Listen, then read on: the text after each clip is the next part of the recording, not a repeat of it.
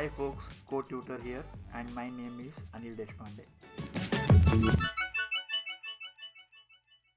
After UI testing comes end-to-end testing. In end-to-end testing, you basically verify the user journeys and overall application behavior from start to finish. So here you mainly test critical user scenarios. You check backend integrations in this, and then realistic workflows and scenario validations. Now the question is, what happens if this is not done? User facing crashes and disruptions might not be getting discovered, and that can create a very bad user experience. That is one part. And then the next one is critical issues might reach the users, and if they don't work because you have not done end-to-end testing, then it will affect the reliability of the product and, needless to say, user experience. After end-to-end testing comes acceptance and regression testing.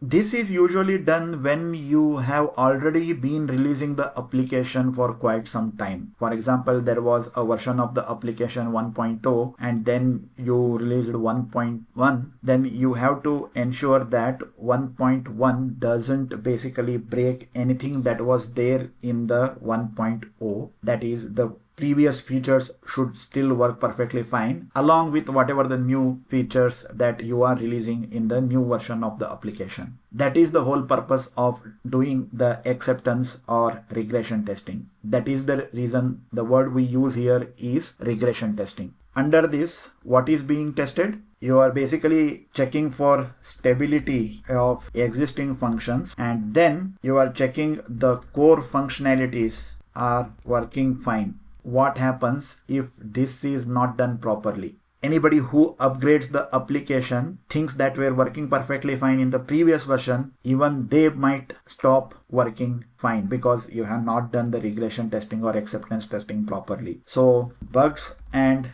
regressions will slip into production, and that will basically lead to user dissatisfaction and even reputational damage. There is another type of testing which is called as beta user testing or user acceptance testing. So in this case, you are trying to obtain the feedback from real users to ensure that app meets user expectations and the real world usability. So in a way, you select only few select users out of probably millions of users, and then you ask those people to be part of beta testing group and ask them to test the application and give feedback to you guys. That is the product team. So in this case, what is really being tested is usability from real world user perspective. Maybe you have spent so much time with the application, the things that are obvious to you might not be obvious to the end user. So this is to check whether for someone who is new to the application, what is his or her perspective when using that particular application. That is the main idea behind beta user acceptance testing. And then you are also checking for things such as compatibility. There will be huge divergence of the devices, hardwares. So you probably will not be able to replicate it in very controlled environment like within your unit. So now, since application is being tested by the user, it is being used by huge set of people. So the number of devices will be huge. So you can do compatibility testing during this phase.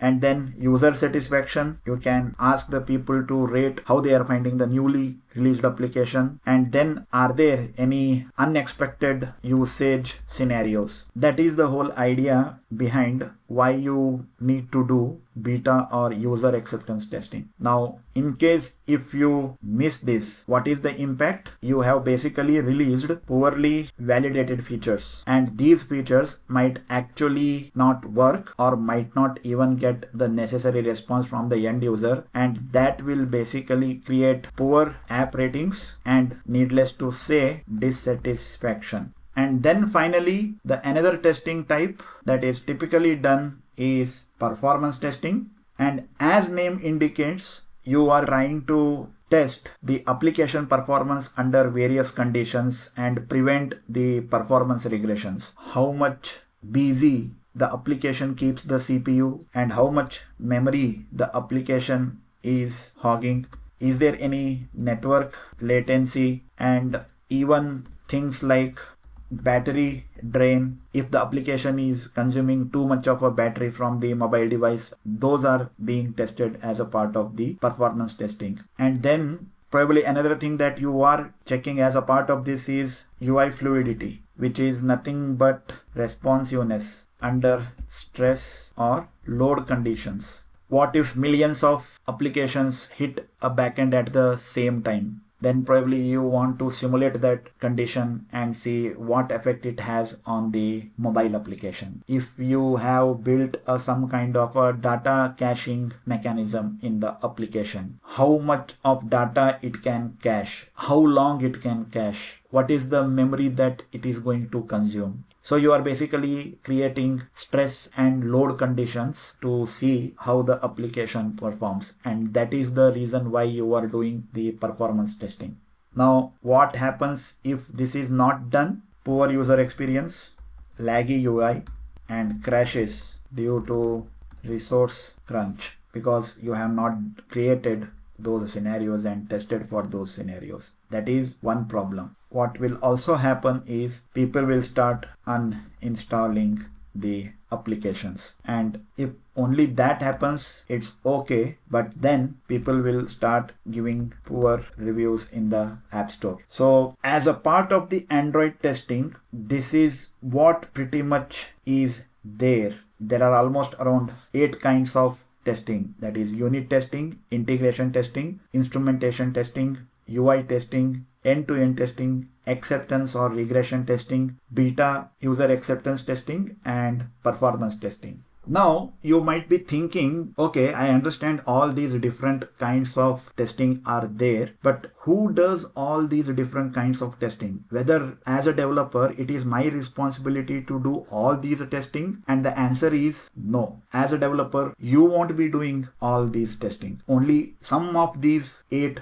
different types of testing you would be doing. I am talking about in a standard practice in a large organization. Otherwise, I have seen scenarios where pretty much everyone is doing everything or every kind of testing, but that is not an ideal condition to be in, because these things require different kinds of tool sets, different kinds of skills. Let me give you a quick overview of what those responsibilities are and what kind of the responsibilities are for these different kinds of testing. Unit testing, it is typically done by the developers. Why developer? Because this requires a very detailed understanding of the code, and that is why the reason unit testing is always done by the developer. And so is the case with integration testing. This is also done by the developers. Instrumentation testing, once again, it is done by the developers, but along with developers, sometimes you do involve QA folks, that is quality assurance people. So they are in a kind of a supportive role to developers. And then comes UI testing, which is typically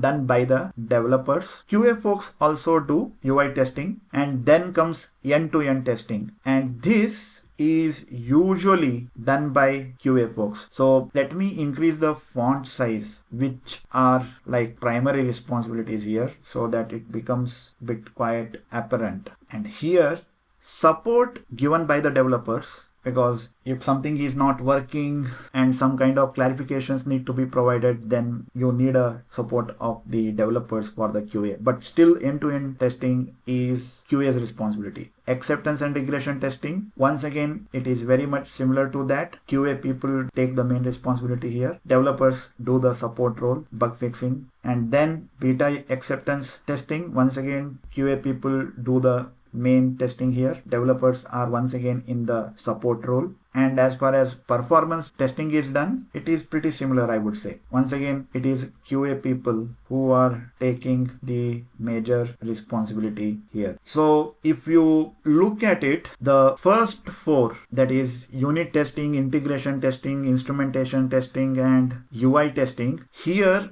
developer is playing major role and QAs are in the support role. But in other cases, It is QAs who are doing the testing and developers are supporting them. And in case of user acceptance testing, that is this one, along with QA and developer, there would be one more person that would be doing the testing, that is beta user. They would be doing the main testing, and in that case even QAs will be in the support role. So this is what whole testing landscape looks like in Android. Now what I would be starting is unit testing. That is the first part, and that is what I will be mainly concentrating on. So in the next upcoming video, get ready to learn about unit testing. And before actually getting down to unit testing, I will probably take you through how unit testing is supposed to be done. Because as a developer, we always think in terms of writing a feature, but testing requires a slightly different mindset. So let's understand that part and start